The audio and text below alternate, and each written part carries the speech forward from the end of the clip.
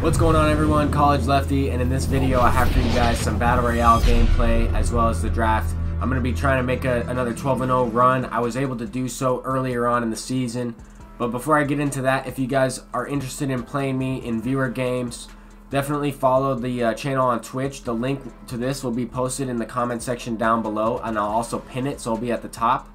But this is where I've been doing my live streams. If you guys watched the last video, I did make World Series. So here's the next screenshot is going to be my stats a little bit, and then I just wanted to let you know that the rest of the streams, for the most part, for the rest of the month, will be viewer games. So if you guys have been waiting a long time to do so, definitely do that. If you're a subscriber to the Twitch account, then you will get a 2 times the chance to play me. So I was able to make World Series. I think I'm ranked like 16th or 18th, something like that. And earlier in the season, I was able to go 12-0. I have the Battle Royale banner here. That was on April 22nd. I just took a screenshot from my previous video. And then this one, I was able to go 12-1 and get the Warren Spawn when he kind of just came out from that postseason. But the best prize from going 12-0 in Battle Royale is obviously that 93 overall Luis Tiant. That's going to be the best card. I was able to use them earlier on in the season. I bought them for quite a lot of stubs, but I want to see if I can try to get at least a 12-0 card. I also need about 20 more wins in order to get the guaranteed finest card. And I really want to try out that Jose Ramirez. And I've been lucky enough to get no duplicate finest cards out of my guaranteed, and then the ones I got out of rewards, I did get a duplicate, but those are sellable from last month's World Series. So I'm trying to maximize as many chances as I'm able to get those finest cards, because I will have those two finest cards at the end of the month for this World Series that I made. So here I'm trying to get as many common starting pitchers as I was able to. I got Andrew Miller, which is probably one of the best ones that you can get as a common starter. But I definitely went with Javier Baez, and then because he's the best second baseman, I thought about taking Ralph Kiner there in the first round. But we have Luis Gonzalez. I went with Harrison Bader just because he's fast, an outfielder with some good speed. He's definitely good to have in BR, and he does have a little bit of pop as well. There at that lefty, I don't know how to say his name. It's like Columbi or something, Columba.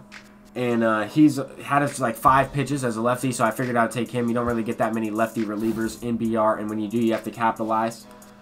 So yeah, so far I got a couple guys in the bullpen. I got Lee Smith and a couple other dudes. So that should be nice. There, I'm gonna take the bronze catcher, Brett Nicholas.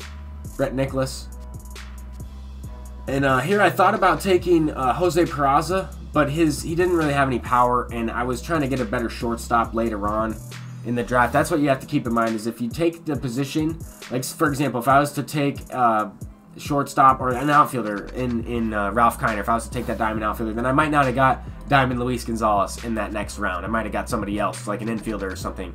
They kind of give you options based on which guys you've already drafted. And I know if you guys play a lot of BR, I'm not the best at this mode, but I do know some of the tips and tricks in drafting a team. And you want the most power you can get. Everybody knows that. It's all about power. Vision doesn't really matter as much in BR. So that's why I thought about leading off Harrison Bader, and I think I put him at the leadoff spot before. But Billy Wagner's one of the best lefties you can get in BR. His control is horrible, but a lefty's really hard to come by, so I figured I would go with him. I thought about taking the Brandon Crawford in this situation, but I went against it. I went ahead and took just a reliever. Figured I would take just waste a position there. My bullpen is always my worst part of my Battle Royale team. I figured when I went 12-0, I had a terrible bullpen. The only guy I really had was that silver Trevor Hoffman, but that was back before Immortals were out. That was when Vlad was the only guy you were able to get for Immortals. So the Battle Royale has definitely changed a lot. But what I was saying about Harrison Bader is I thought about leading him off, or I was probably going to lead him off because of his speed. He has low vision, and he has like 60s power. But that's pretty good when you're facing a common pitcher. He also has a pretty good swing, but he's right-handed, so I normally like to lead off left-handed bats at the top of my Battle Royale team. So later on, if we get a better lefty bat, then I'll probably go with that. But here I'm going with Trevor Plouffe. He's not a bad bench bat. He's got some decent pop for a bronze card. I figured I could have probably taken a backup catcher in that situation, but I went with a little bit more speed and a utility guy. Here I was debating on Marwin Gonzalez or Chris Taylor. I got Jose Peraza again. I wasn't going to take him. I wasn't going to take the silver Johnny Damon. He's not very good. I went with Chris Taylor because I could put him at shortstop, or he could play at a different position because I drafted that Jack Reinheimer. And now that I got Michael Conforto or Brandon Belt, I think I'm going to go ahead and lead off Conforto. I think what I did in this situation was I was just trying to build up my lineup here, go through it, and we're definitely going to have Javier Baez hitting second, probably have Luis Gonzalez after him.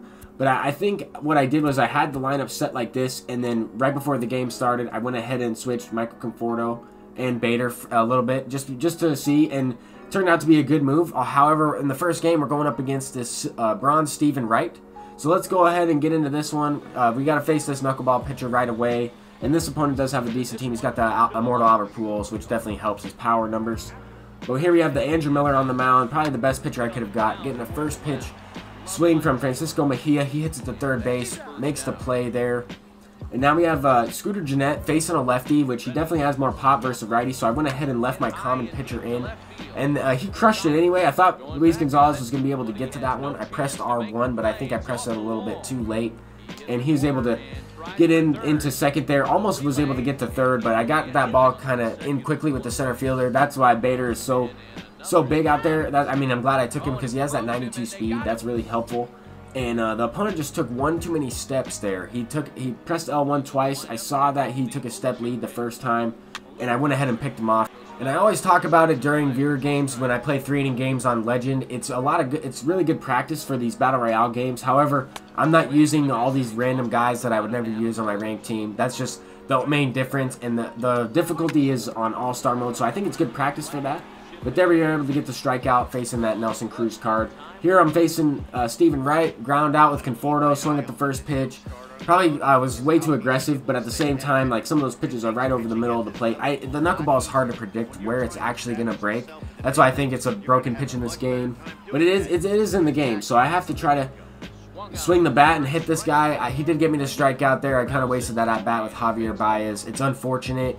And that's exactly what I was just talking about. You can't give away outs in these 3-inning games with 9 outs in them, especially in these BR games when you're facing a knuckleball pitcher. That kind of just shortens the 3-inning game already, if that makes sense, just because of the randomness. Here I was able to get a triple with Luis Gonzalez. He threw behind the runner, so I figured I would take a chance. And 58 speed gets gunned down at the plate. That's going to do it for that inning. And Zach Cozart was coming up next. I probably should have just left Luis Gonzalez there at third base, but if he scores there, then I'm not saying that. Obviously, I'm taking the run. Here I noticed that the opponent was swinging out a lot of pitches low. Figured I would go for that, and that's kind of what you have to do. It's tough to figure out your opponent's weakness or where they struggle hitting. Certain people struggle with certain locations or certain pitches in the zone, and sometimes it takes me more than 3 innings to figure that out. That's why it's also tough in BR. I think when you play this type of a mode, anyone can win in these short 3-inning games. But it's all about making good at-bats, having an approach when you're going up against certain cards, when you're facing certain cards at the plate. And this opponent is going to go ahead and leave in Stephen Wright. That is kind of the thing about Stephen Wright, is if you leave him in too long in these shortened games with the stamina, I'm always talking about the stamina. When your pitcher starts to get tired in these games, then he's definitely more hittable.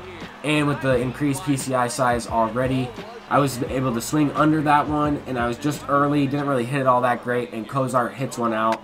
Very next batter, he brings in Danny Farquhar, the silver, and Michael Morse hits one out to left center field, back-to-back shots on 2 no-doubters there. Definitely huge to get that extra run. Here I thought I was going to get another one in the inning after getting out. I thought I was going to send one deep, but Chris Taylor did not have enough pop in his bat there, flies out to the warning track. And now I'm going to look to close this one out with Lee Smith.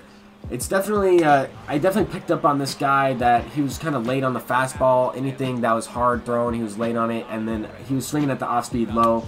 So I figured I would try to focus on that in this last inning, try to use that against him. And here he's late on that fastball, middle in, probably too much of the plate. But here I'm going right back to it, fastball up and in with Lee Smith, and he's getting the pop up to Brett Nicholas there. That's going to be it for Ryan Braun, down to his last out, and Kelby Tomlinson, and he is going to be able to send one up the middle. Zach Cozart gets a weird animation there. 56 speed, beats it out. That's going to send up the tying run to the plate. He's got Francisco Mejia. I brought in the lefty, that Columbia guy, and I get the line out right to Luis Gonzalez. And Matt Vasgersian, he's trolling, saying that the ball was hit hard right to him, and that's the perfect way to end it.